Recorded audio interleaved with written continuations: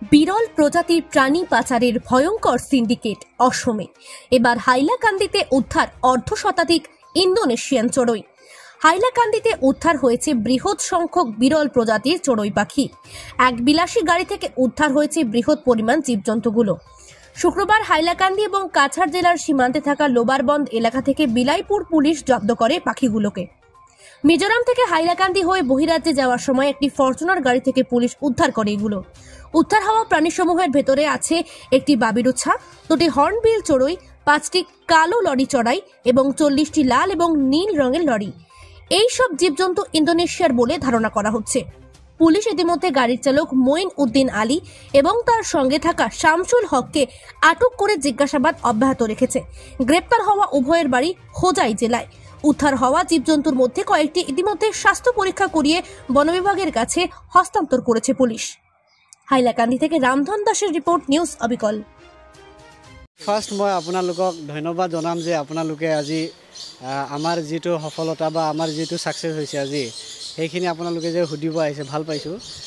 আজি আমি হাইলাকান্দি ডিভিজনৰ আণ্ডাৰত আমাৰ মাটিজুৰি ৰেঞ্জৰ আণ্ডাৰত মই যেটো লোৱাৰ বন বিট অফিচাৰ এতিয়া বৰ্তমান তাত আমি যিখিনি ইনফৰমেশ্যন মতে পুলিচসকলৰ যেটো নেকি আমাৰ দুৱাৰবন পুলিচ আৰু বিলাইপুৰ পুলিচৰ যেটো ইনফৰমেশ্যন মতে তেখেতলোকৰ সহযোগিতাত আমি সিহঁতৰ লগতে আমি এইটো কিবা ডিটেক্ট কৰিব আমি সক্ষম হৈছোঁ। আৰু তাত আছিলে অকল এক্সোটিক স্পেচিছ যিটো আমাৰ ইণ্ডিয়াত নাই, যিটো বাহিৰৰ পৰা এইবিলাক ট্ৰান্সপৰ্ট হৈছে।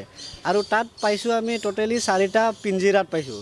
4টা পিঞ্জিৰাটো বেলেগ বেলেগ স্পেচিছ আছিলে। প্ৰথমতে আছিলে এটা, সেইটো হ'ল আপোনাৰ বেবিৰুচা পিক বুলি কয়, যিটো ইণ্ডোনেছিয়া স্পেচিছ। আৰু নেক্সট আছে এইটো হ'ল ৰেড আৰু ব্লু, সেইটো লৰি বুলি কয়। ৰেড ব্লু লৰি 2টা পিঞ্জিৰাত আছিলে।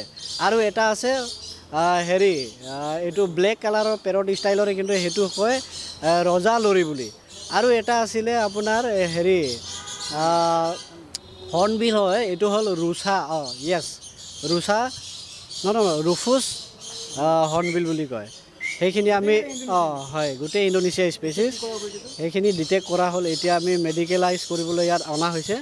এতিয়া আফটাৰ মেডিকেলাইজ তাৰ পাছত আমাৰ কি কৰে সেইটো প্ৰচেছ গম পাব আপোনালোকে। যদি কৰা যায় তেন্তে সেইখিনি ডেফিনেটলি আমাৰ ওপৰ ফালৰ পৰা আপোনালোকে জানিব বিচাৰে জনাব। আৰু আমি ধন্যবাদ জনাইছোঁ যে আমাৰ যিসকল হাইলাকান্দিৰ আণ্ডাৰত যিখিনি পুলিচ ষ্টেচনৰ পৰা মেইনলি বিলাইপুৰ পুলিচ ষ্টেচন আৰু আমাৰ হ'ল দুৱাৰবন পুলিচ ষ্টেচন, তেখেতলোকক আমি আন্তৰিক থেংক ইউ জনাইছোঁ তেখেতলোকৰ ইনফৰমেশ্যন মতে। আৰু এখেতলোকে আমাক স্পেচিয়েলি সহায় কৰিছে এইটো আমাক ডিটেক্ট কৰিবলৈ। তো এতিয়া সেইবিলাক মূল্যটো মই নাজানো কিমান কি হ'ব বাহিৰৰ, কিন্তু ছাকচেছ হৈছে সেইটো আমি বহুত আজি নিজকে গৌৰৱ কৰিছোঁ যে ইন ফিউচাৰ আৰু তেখেতলোকৰ সহযোগিতাত আমি এনেকৈ ছাকচেছ হ'ব পাৰিম।